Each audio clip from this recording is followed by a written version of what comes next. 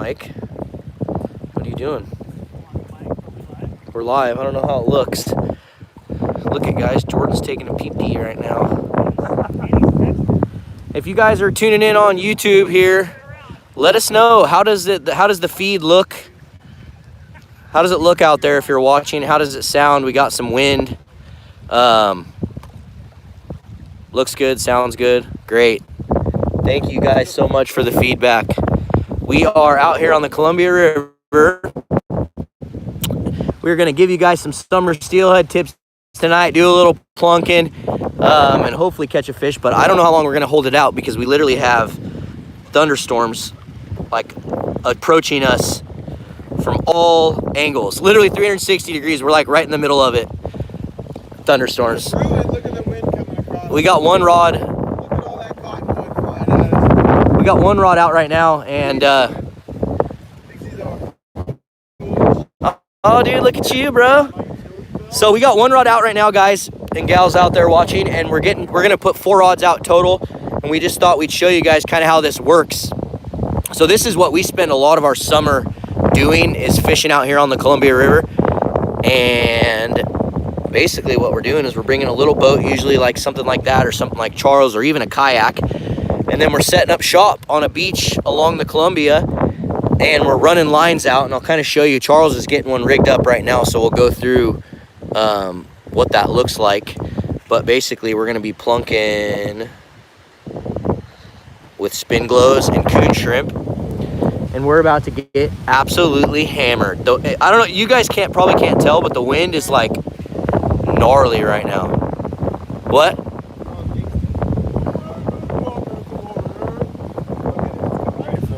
Dude, it's gnarly. Oh, all right, everyone. Why don't you guys comment below? Let us know where you're tuning in from. It's always cool, like in the past, to see all the different areas you guys are tuning in from. I see a few of you guys have already commented where you guys are tuning in from. A couple from the Tri-Cities area. Tonight we got Jordan Knigge with us tonight, Mike Kaplan, Charles Stawley, and then of course our mascot Little is hanging out. Jordan, we're losing the mustad hooks. They're flying away, dude. Got people from Kennewick, Alaska, Camas, Oregon, Lake Oswego, Astoria. Man, you guys are all over the map. Gresham, Yakima. All right, guys, so like I said, we got one rod out so far. Charles has got his rod. He's running there. We're gonna run Mike's rod out right now. So before we do, let's show you guys kind of what this setup looks at. So Mike's got an Okuma Guide Select Classic. It looks like he's running the 1062H, which is a really nice one. It's super versatile. I really like the Okuma 1062H. I think if you talk to any of our addicted guides or a lot of the local anglers here in the Northwest, they're gonna recommend that rod as well. It trolls really nicely. It doubles as a plunking rod perfectly. You can catch salmon and steelhead on it. Before you go out there with that, Charles, let's show these guys. So pretty much what we have is it comes down here. Mike's probably got his setup a little bit ghetto than most people would. He's got some like janky snap swivel on here that's gonna bend out when a salmon hooks that. But regardless, what you have is you have 3. We're basically running, you can run 3 hooks on the Columbia. So we're running triple spin glows, and he's got his spaced pretty close together. And then we're dropping it to a rock, which essentially breaks off when you set the hook. So it's an effective little setup if the fish are moving through. So hopefully we can get all these rods. With this pressure system here. You want to bait my rod for me so we can show these guys how to do it? It's going to be interesting to see if we get any bites. Jordan is right. Typically when you have pressure systems moving in like this, the fish don't like it. It's not their favorite. Well, it's not so much they don't like it, it's that it's their key to migrate, especially this time of year when all the river systems are low. All the water is low, so they take every single chance they can get, which is weather, to move upriver towards their tributaries. So here, probably a lot of the fish we're catching, since we're above, a lot of the lower tributaries of the Columbia are going to Bonneville Dam and above. So they're going hundreds of miles upriver. So they'll take these pressure systems and they'll ride this weather system in and up the river system, because all the rivers will shoot up for a period of time. So it makes them less bitey. Yeah, when they're on the move like that, they got one goal in mind, and it's to keep swimming. So.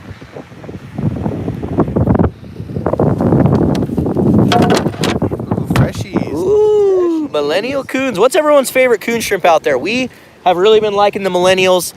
I think Washington coon shrimp's also an awesome bait that we used for years. Works really well.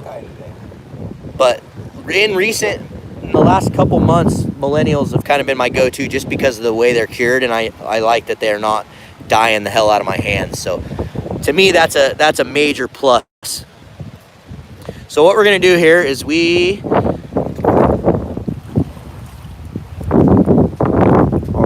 Jordan's gonna show you right here.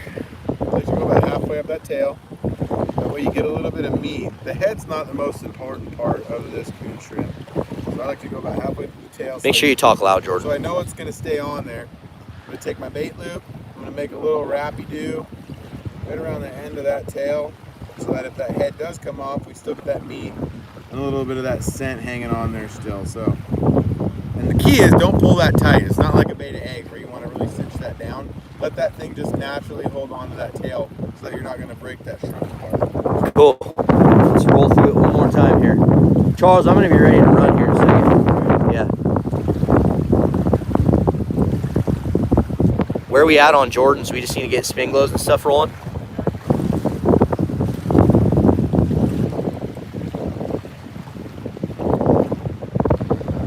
So again, these are millennial coon shrimp. These work extremely well.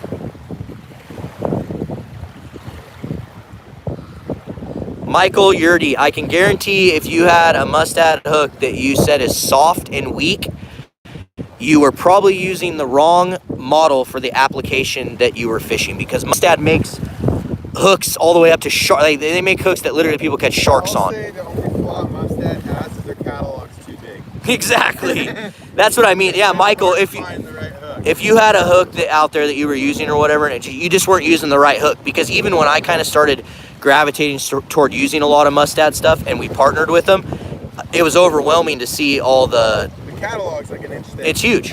It's huge. So there's a lot of different options to choose from. Do not forget, if you guys need anything from Mustad's website, if you guys need any sort of gear, you guys can use the code addicted20. Addicted20 will get you 20% off every single product on Mustad's website. So if you guys want to purchase any Mustad hooks or bags or anything like that, make sure you head over to their website and use that code addicted20. Get you a little discount there. Oh yeah, the old bumblebee spin glow. Bro, we get that freaking, there's like some algae crap on there. It's making the spin glow not want to spin. Yeah, you want that spin glow to be spinning. So Charles, there's the rock right there. You want to tie that rock on there on the base. Actually, Buddy Romero, we have a video coming out in the next couple days on the YouTube channel that talks about, yeah, it's on. Yeah. Oh, I got you. Sorry, Buddy. Yeah, we have a video coming out soon that talks about running plugs from the bank, and plugs are very effective. And sometimes I will literally just fish a plug because sometimes they're just wanting them. Oh, look at that spin glow just spinning. That's gonna be the one that gets eaten. Back in the day, nobody used bait, dude. Strawberry. That's my favorite spin glow right there. Money. All right, Jordan, you want to take over on the camera real quick? Coast Guard's coming to save us, you guys. They're like, I can't believe these kids are out here fishing. Oh, I've been way worse than this than I ever 15 minutes ago, it was real nice. Last time we tried to come out your film, I was trying to do. So everyone out there watching, so I'm running a 9 foot. This is a 9 foot 12 to 25. I run a little bit lighter rod, especially when I'm targeting specifically steelhead, just because I think it's more fun to fight them. Just a lot more of a fun experience to reel them in when you have a little bit lighter rod. So I run the 9 foot 12 to 25. Line counters. Line counters are extremely important. You gotta have a line counter on your reel for when you're doing this. And I'll show you why. This beach in particular is a place that I fished a lot. And so we've kind of dialed in that 60 feet on line counter is primo. So I'm gonna have Charles, once he grabs my rock, I'm gonna reset my line counter to 0, and I'm gonna have him drop that right at 60 feet. So hopefully we can find some fish.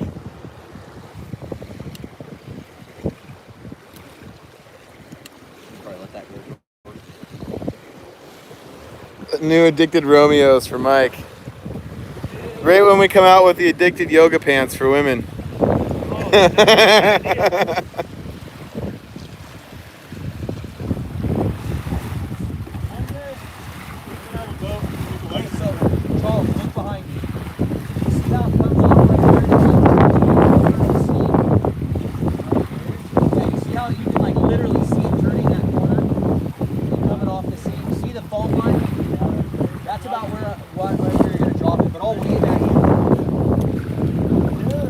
that's the key, guys. When you're out here fishing, you want to look for those seam lines. Look for those like foam lines, just those little bit different current lines that you can see in the water. And typically those are where the steelhead are going to be because that's where those shelves are in the water column. Okay? Yeah. Don't put all your eggs in one basket. If you don't know where you're fishing, stagger them out a little bit till you find them. So again, zero your line counter. Make sure you zero that thing so once you go out, you know where to drop it.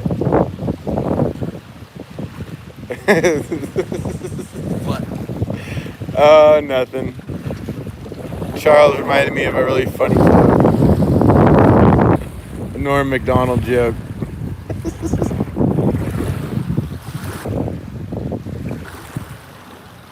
Make sure you go to a little upriver.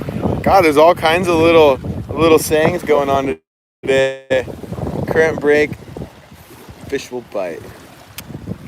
And then the other thing, guys, is when he's running that out there, try to keep your line tight.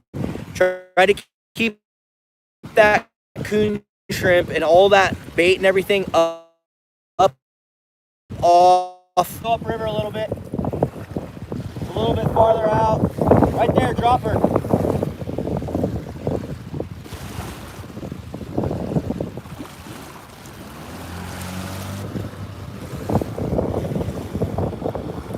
Boom. So I free spool it as I let it hit bottom. Seems kind of deep out there. It is a little deep. It's about 20 feet on that shelf, about 20 feet deep. So then as you get it in the rod holder, you just want to kind of suck this thing up. I always like to make sure that that rock's nice on there so that way when that fish takes it, hopefully he hits it hard enough that it just breaks the rock and hooks for me. That's kind of what you want.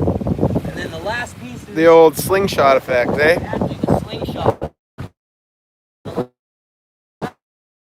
Last piece of this, you gotta make sure you got a bell. You gotta put something on there. I love that you fever can- for more cowbell. Put something on there that you can find it because I lose hundreds of these if you don't have something that you can see it in sand. Bingo. Now we wait for a fish to bite. Bingo. Now let's get Jordan's going. Bango bongo. So we gotta construct some spin glow setups here. Now we're going to show you guys how to build them. So that CXX, P-Line CXX 30 pound is what we're using in between each three-way. 30 or 40 pound is typically what we use. You don't want that to break because then you're gonna lose all your gear. So Jordan has whoa, you hear that? Heard a bell. It was Little's caller. Jordan has three basically hooks tied. This is a 2-aught Mustad bait beak hook. I like how these have that offset bend on them, and I also like that they're light. Because they're a little bit lighter, I think it seems to make that coon, it helps with that coon shrimp floating up.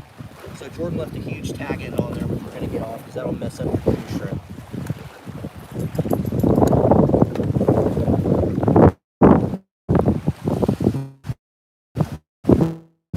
And what we're gonna do here is we're gonna make our leaders. So pretty much what it takes is just a few beads. I like to actually use stacker beads.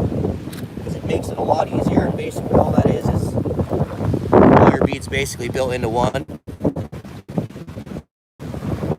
So I'll slide my stacker bead down first onto the hook. Then we're gonna pick the spin glow color. Should we let everyone out there? Which spin glow should we? What should we use? What should we use? We got this is one of my. We gotta pick three. Red. It's just screaming at me. Okay, we do that. Watermelon, Jeremy Breeze says. Watermelon is the go-to. The last thing that I do to my spin glow setups is I put a bead on the top. I'll put one last little bead on the top. We're losing a bunch of people. It says we're lagging. Oh man. Stand up. Try because I wasn't having any issues. Yeah, probably the metal. So I put one last bead on the top there just as like a weed protector to keep away from the inside of that spin glow. So, and then Charles, you want to get this first one tied on there? Yep.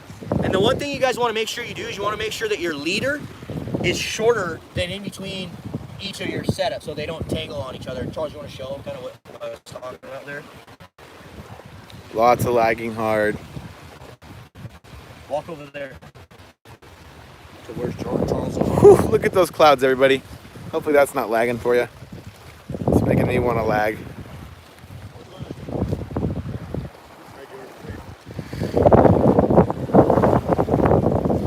What Marlon was talking about with your leader length is making sure, since we have a swivel here, run the triples, you do not want your leader being so long that it's going to wrap with that bottom one.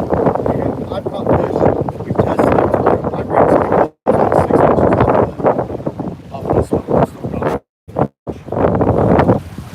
But I prefer them about your chest to an arm length out.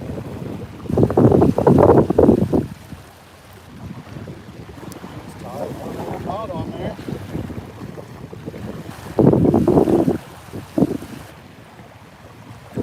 Dude, one color that you can't sleep on is the all black. Can you see that good, Jordan? Oh yeah. Dude, this one right here is straight fire. I've got a lot of fish on that one. Here, Charles.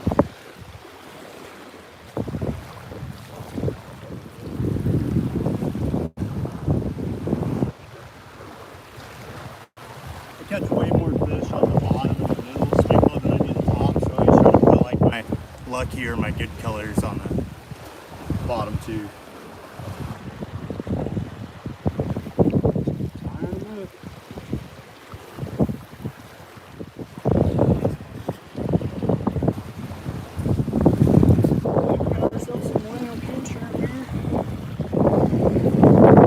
I like to get smaller shrimps. The smaller it seems the better. I'm fishing for springers. I kind of upsize it a little bit. A lot of times I'll just take, I'll start separating out the jar. Like now I'm steelhead fishing, I'll start separating out the bigger ones, saving them for salmon fishing. Vice versa, when I'm springer fishing, I'll start saving all the little ones for the upcoming steelhead run. So I just through the back. Tail up.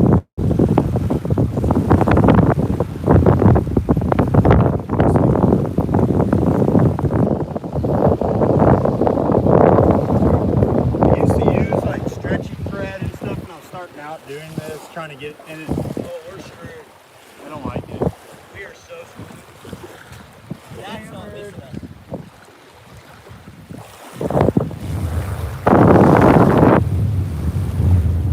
Is that coming this way? That was what was over here.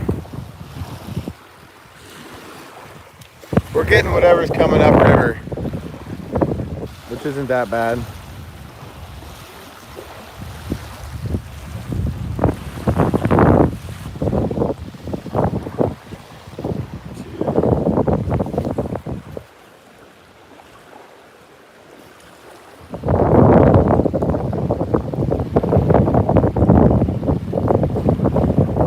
These guys like using this smaller speckle, like one size bigger. This for steelhead and the next size up. Springer this one.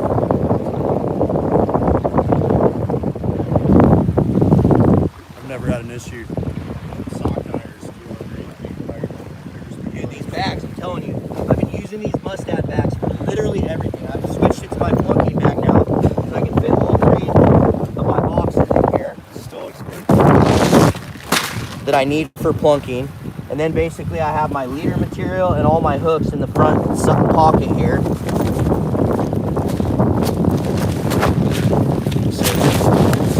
Down in the back.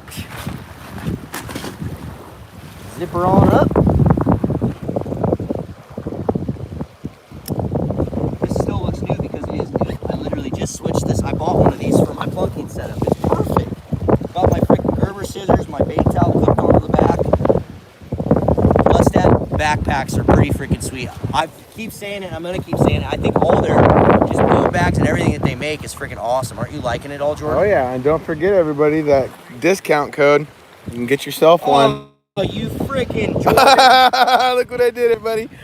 Oh man. Oh man. Who said that there? I'm a cameraman. You're supposed to watch out for me. I think it'll survive.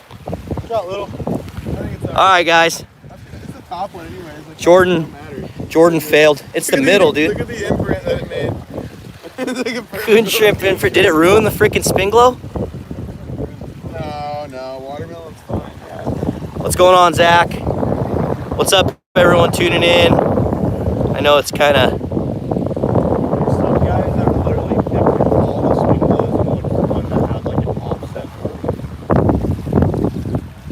offset. We got 3 rods out right now. We're going to run this one out a little farther, Charles. Yeah, I'm right on the ledge, right outside the ledge. He's on it. Mike is. You're out a little bit farther. I'm going to put his out far, like 160.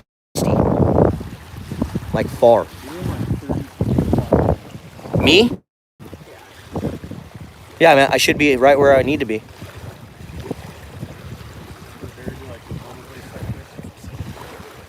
You ain't fishing right then. Cameron has always told me that once these fish get above the tributaries and they don't have cold water to go into, they go deep. Yep. They'll move deep because there's no cold water coming out of the tribs and they don't have any cold, fresh water.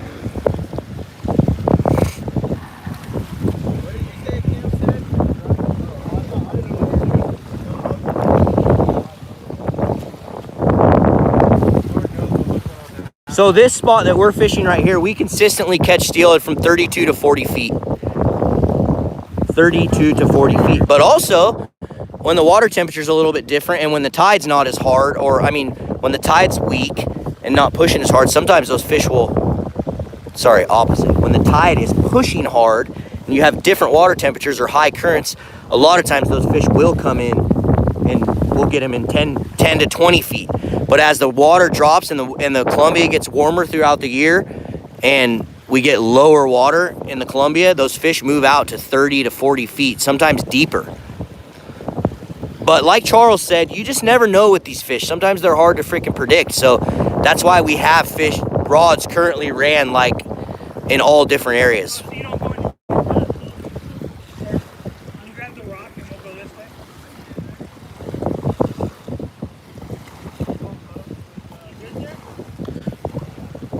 Oh, I can hear the thunder. Oh, did you? Nice. Nice. Want to clear that last hook? So yeah, Josh, so you asked a question about plunking on the incoming tide. I think that there are a lot of scenarios where plunking on an incoming tide is very, very effective. When the Columbia starts to get low and there's not a lot of current and you have big incoming tides that push back on the current coming out of the dams, if you don't have enough current to spin your spin glows and get your stuff floating up, you probably aren't going to catch very many fish. So that's the one key to it. But there's a lot of times, especially in the spring, go to like 160. Okay. There's a lot of times like in the spring when you have high water. So basically if you got current to move your stuff, it's worth fishing it on incoming, outgoing, it doesn't matter. We're going to run this one out very, very far. Where's he at right there? The new Okuma Low Pro SS. These reels are freaking sweet. Yeah, just go right there. That's 100. I lied. I was feeling ambitious when I said 160. Why is he dropping them so far upriver?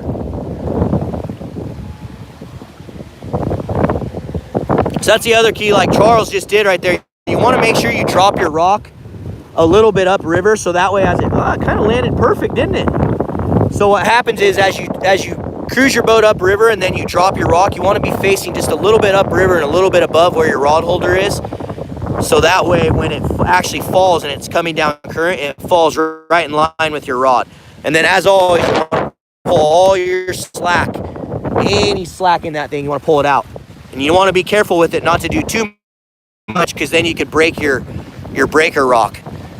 This storm is moving in on us bad. Gnarly, gnarly.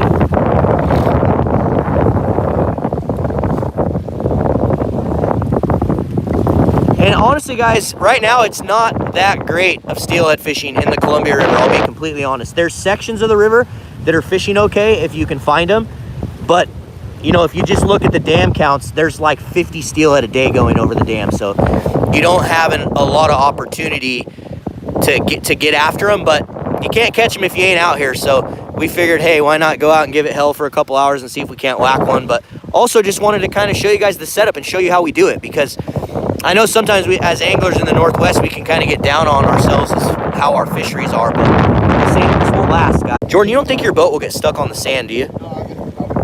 Okay.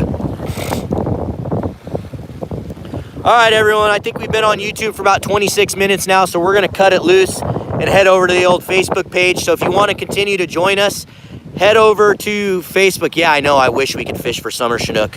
The problem is you're not supposed to fish for summer Chinook right now. It's closed. So I wish we could fish for them. That would be freaking amazing, but we can't. So that's too bad and too sad. We're gonna, thanks so much, man. Hopefully the bell rings. We appreciate it. We're gonna head over to Facebook. Come join us on Facebook if you guys want to continue with us over there. We'll probably be on there for a little bit, and then we're gonna probably call it before this rainstorm hits us too hard. We don't have any canopies or anything like that. So far we've gotten lucky. We're gonna hold it out until we feel like we're miserable. Yeah, it might just miss us. Might just miss us completely. All right, everyone, thanks so much for tuning in. As always, if you're new to Addicted Fishing, do not forget, tap that subscribe button. We've been gaining so many subscribers every single month, and it's because of all you addicts out there, and we appreciate it. So if you can, do us a favor, tell another buddy about Addicted Fishing, tell them to come subscribe. And thank you so much, everyone. We'll see you next time. Come join us on Facebook.